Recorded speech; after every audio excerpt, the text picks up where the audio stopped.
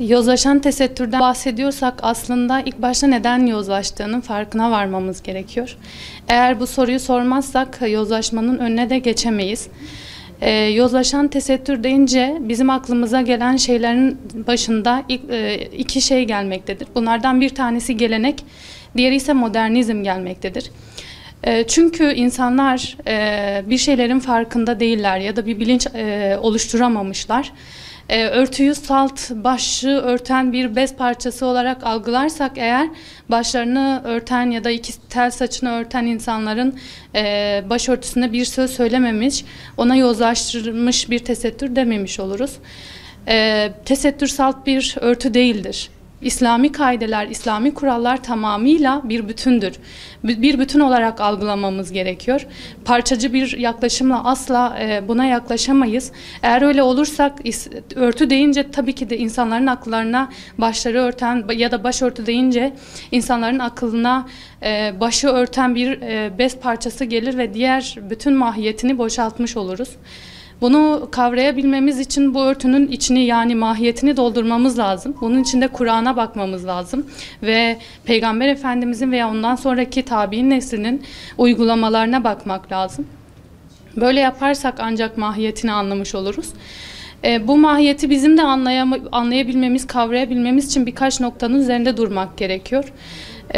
Bunlardan bir tanesi, ilk başta herkes şunu bilsin ki Allah dinini tamamlamıştır. Herhangi bir yoruma, bir güncellemeye ihtiyaç yoktur. Dolayısıyla Kur'an'daki başörtü kamil olan başörtüdür. Herkesin bu başörtüye geri dönüş yapması gerekiyor.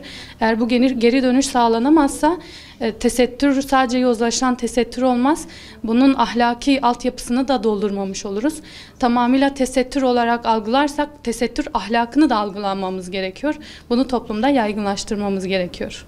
Çağın tesettürü şöyle ki maalesef ki yozlaştırılmış bir zihinle karşı karşıyayız.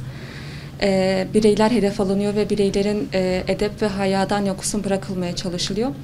Biz biliyoruz ki birey edep ve hayadan yoksun bırakılırsa İslami değerlerden yoksun kalır ve İslami değerlerden yoksun kalmış olan bir birey de toplumu çökertmek için yeterli bir nedendir.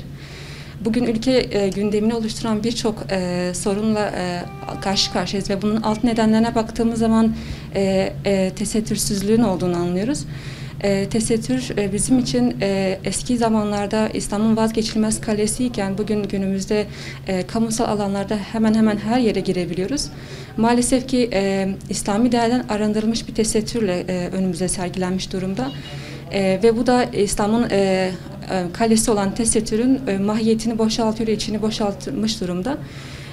Bizler bu tehlikenin farkına varıp bir an önce elimizden gelen her şeyi yapmamız gerekiyor. Ülke genelinde de aynı şekilde çalışmaların başlatılması gerekiyor. Biliyoruz ki bugün tesettürle başlanan serüven yarın İslam'ın vazgeçilmez başka bir emrine başvuracaktır. Bu tehlikeyle karşı karşıyayız ve bizler toplumun her kesimin yozlaşmış olan zihinlerini temizlemek için çaba sarf etmeliyiz ve bizim bundan başka bir çıkış yolumuz da yoktur.